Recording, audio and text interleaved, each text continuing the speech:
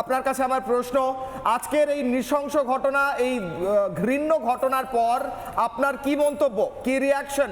একজন মহিলা আদিবাসীকে 3 দিন ধরে গণধর্ষণ করলো তৃণমূলের পঞ্চায়েত সদস্য, এবং এই রাজ্যেও একজন মহিলা মুখ্যমন্ত্রী চালান। সবার প্রথমে জানাই জোহার। এই যে গণধর্ষণের ঘটনাটা ঘটেছে, এটা তো আজকে নতুন না। সেই আমরা কামদুনির ঘটনা থেকে দেখে এসেছি আর জি কর পর্যন্ত কোনো দোষী শাস্তি পায়নি একেবারে। তার থেকেও বড় কথা যে এদের কাছে সম্মান পাওয়াটা, আদিবাসীদেরকে এরা খেলার পুতুল মনে করে, ভোটের রাজনীতির জন্য ব্যবহার করা।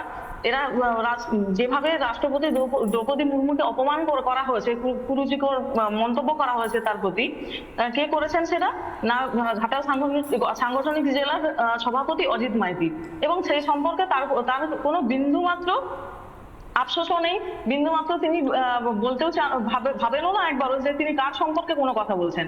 এছাড়াও আমরা জানি যে দেবরাজ যিনি বিধায়ক এখন বর্তমান আছেন, হুমায়ুন কবির, তিনি একজন আদিবাসী মহিলাকে চাকরি দেওয়ার নাম করে তার বাড়িতে পরিচারিকার কাজ করিয়েছিলেন। তাহলে এই সমস্ত লোকের কাছে আমরা সম্মান আশা করতে পারি না? তাহলে এই যে ঘটনাগুলো ঘটছে পরপর, আজকে এই ঘটনাটা সামনে এসেছে বলে যে উনি এসে থানায় অভিযোগ জানিয়েছেন, সেই জন্য বলা হচ্ছে, সেই জন্য এই ঘটনাটা সামনে এসেছে, সেই জন্য আমরা এটা নিয়ে আলোচনা করছি। কিন্তু এমন শত শত ঘটনা আছে যেগুলো বাইরে আসে না। আসবে কোথা থেকে? কারণ তারা সবসময় তাদেরকে ভয় দেখিয়ে রেখেছে, দাবিয়ে রেখেছে। তো এই রাজ্যের যিনি মুখ্যমন্ত্রী আছেন, তিনি যদি মন্তব্য করেন যে শরীর থাকলে যেমন জ্বর জ্বালা হবে, যখন তখন রেপ হতেই পারে, সেটা যদি তিনি মন্তব্য করেন, বা রেপ করা মহিলাদের যদি দরদাম তিনি তুলে ধরেন যে হাফ রেপ হলে 15,000, পুরো রেপ হলে 40,000, তিনি যদি এই ধরনের মন্তব্য করে থাকেন, সাহস তো তিনিই দিয়ে রেখেছেন। তিনি যদি দৃষ্টান্তমূলক কোনো শাস্তি দিতেন কাউকে, তাহলে আজকে এই ঘটনা পুনরাবৃত্তি হতো না, এই ঘটনা দেখতে হতো না। আজকে রক্ষকই তো ভক্ষক হয়েছে। যিনি আজকে অত্যাচারিত হয়েছেন, তিনি কে? তিনি তো তাদেরই দলের লোক। তার হাতে হয়েছেন অত্যাচারিত, যাদের হয়ে কাজ করেন তিনি, যাদের জন্য কাজ করেন তিনি। 2011 সালে আমরা সবাই পরিবর্তনের আগে সবাই মিলে তাকে নাম দিয়েছিলাম কি?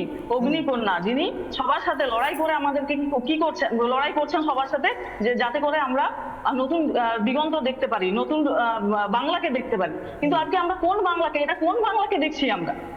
যে বাংলাতে মেয়েরা প্রত্যেকদিন রেপ হয়, যে বাংলাতে মেয়েদের কোনো সম্মান নেই, যে বাংলাতে মুখ্যমন্ত্রী মেয়েদের দরদাম ধার্য করছেন, যেখানে তিনি বলছেন যে রেপ হলে তিনি বলছেন যে তার সাথে আগে এফআইআর। বেশ, আমি আসছি দিদি আপনার কাছে, আবার আমি অনিন্দ্যতার থেকে উত্তরটা নিয়ে নিই। তারপর নানা ধরনের কন্টেন্ট দেখার জন্য লাইক করুন, শেয়ার করুন আমাদের ফেসবুক পেজ, সাবস্ক্রাইব করুন আমাদের ইউটিউব চ্যানেল। পাশাপাশি অন্যান্য ব্রেকিং নিউজের জন্য অবশ্যই চোখ রাখুন রিপাবলিক বাংলায়।